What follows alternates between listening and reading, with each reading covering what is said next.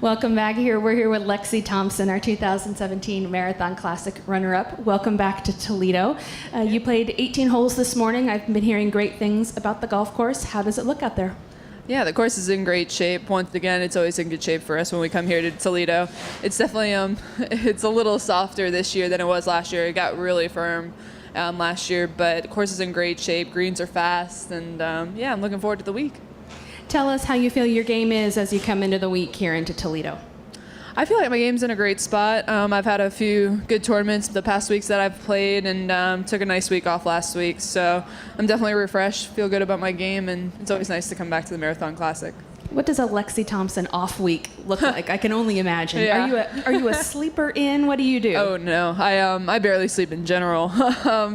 Yeah, when I say my week off, I just mean I'm not traveling. I'm still going home. I'm training, practicing, just because I have a lot of important weeks like this one and the British Open as well coming up, and a lot of other tournaments. But yeah, it's a lot of practicing. I train with my trainer Colby back at home. I trained with him 4 times this week, and then just a lot of practice. Worked on my putting a lot, and yeah, it's just the regular stuff in season.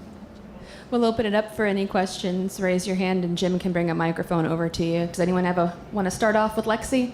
Jim, we're going to start right down here on the front row.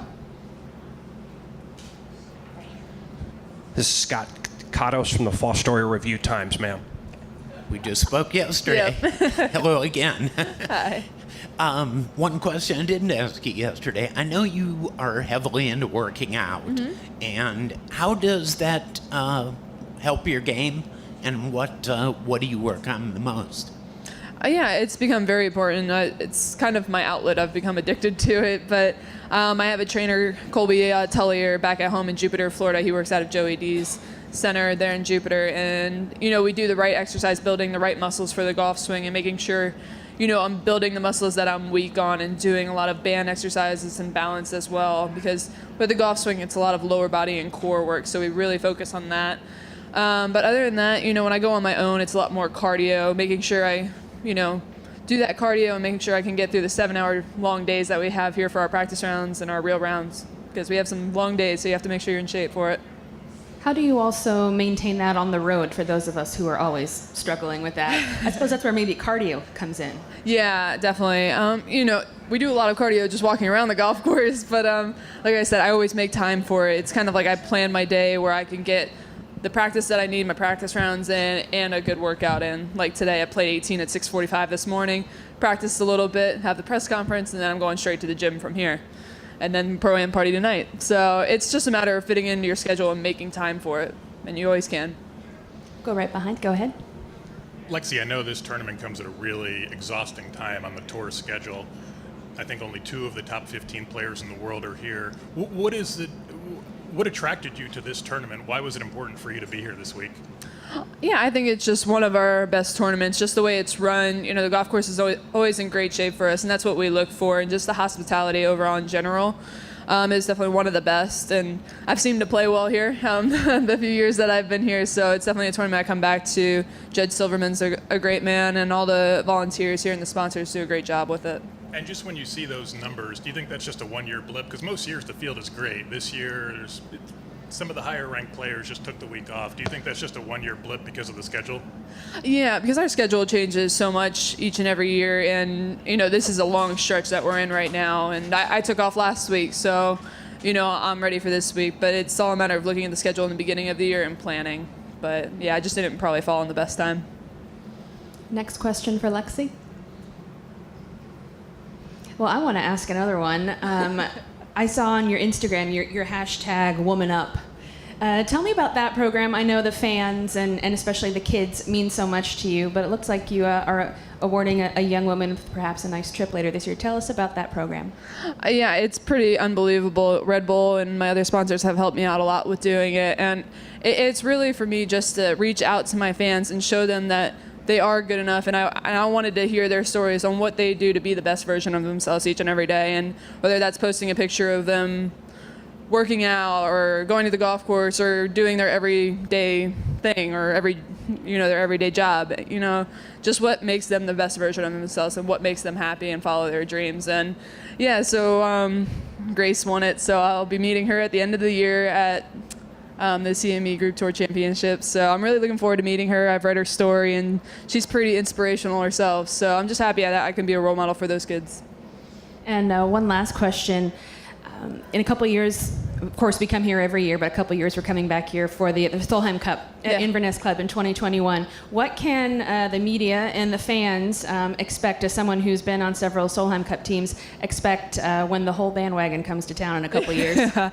Yeah, I mean, I know this tournament's a big deal for Toledo, so I couldn't imagine how the Solheim Cup's going to be. I've played 9 holes there before it was redone, and I'm actually staying over there, and it's an unbelievable golf course in just the whole area, and I think it'll be huge. There's nothing like the Solheim Cup. Representing your country, it's the highest honor, but especially in the States, being an American, hearing the USA chants, wearing your country's colors, there is absolutely nothing like it. You'll see some of the best golf ever, and it gives me chills just thinking about it, so I just hope to be there representing. Anything further for Lexi? Well, I know. Okay, we do have one right here. Tony, we've got a microphone coming. Yeah. Your first and second rounds this year have been good, but not Lexi-like. I mean, you're obviously not having trouble making cuts because you lead the LPGA with 29 consecutive made cuts. But when you come to the weekend on Saturday, you usually find yourself 6-7 shots behind, and then you go nuts and you win the weekend. And I'm wondering, you do a lot of media, I see, on Tuesdays and Wednesdays.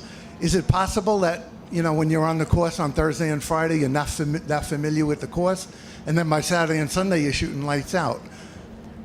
I don't really think it has anything to do with media. I mean, that comes with being a professional athlete. I mean, I do a press conference usually every week. I mean, it takes 15, 20 minutes, so I always find time for it. But I don't think it's a matter of that. I think it's just a matter of feeling comfortable on the course. I do my 2 practice rounds and then have the Pro-Am, so I think it's more of just getting settled, Golf's a crazy game. You can wake up one day and just have it and everything's clicking, and then the next day you can't find your golf swing. So, it's just a matter of not being perfect. I think some of that also just has to do with the caliber of these fields. Yeah, it really is. Just the competition out here. I mean, you saw last week Young Kim shooting 31 under.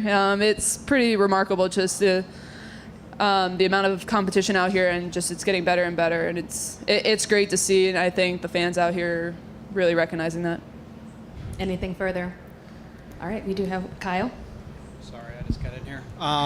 What did you think of Inverness? Had you ever been there before?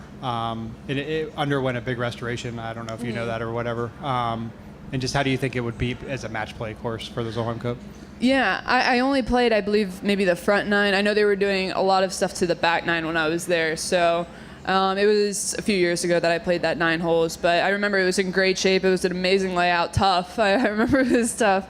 But supposedly with them redoing it, that the fans will be able to stay on one hole and actually get to see 3 or 4 holes at the same time, which is great. I think that was a really good part of the Solheim Cup that we had in Des Moines. And I think it was great for the fans. I think it drew a lot bigger crowds because people can just sit right there and watch 3 holes, and it was great for them. So I think it'll be huge at Inverness, and I'm sure the course will be in spectacular shape and get big crowds. I mean, we get big crowds here, so I'm really looking forward to it. Anything else? Well, thanks so much, Lexi. Appreciate it. Have a great week. Yeah, thank you.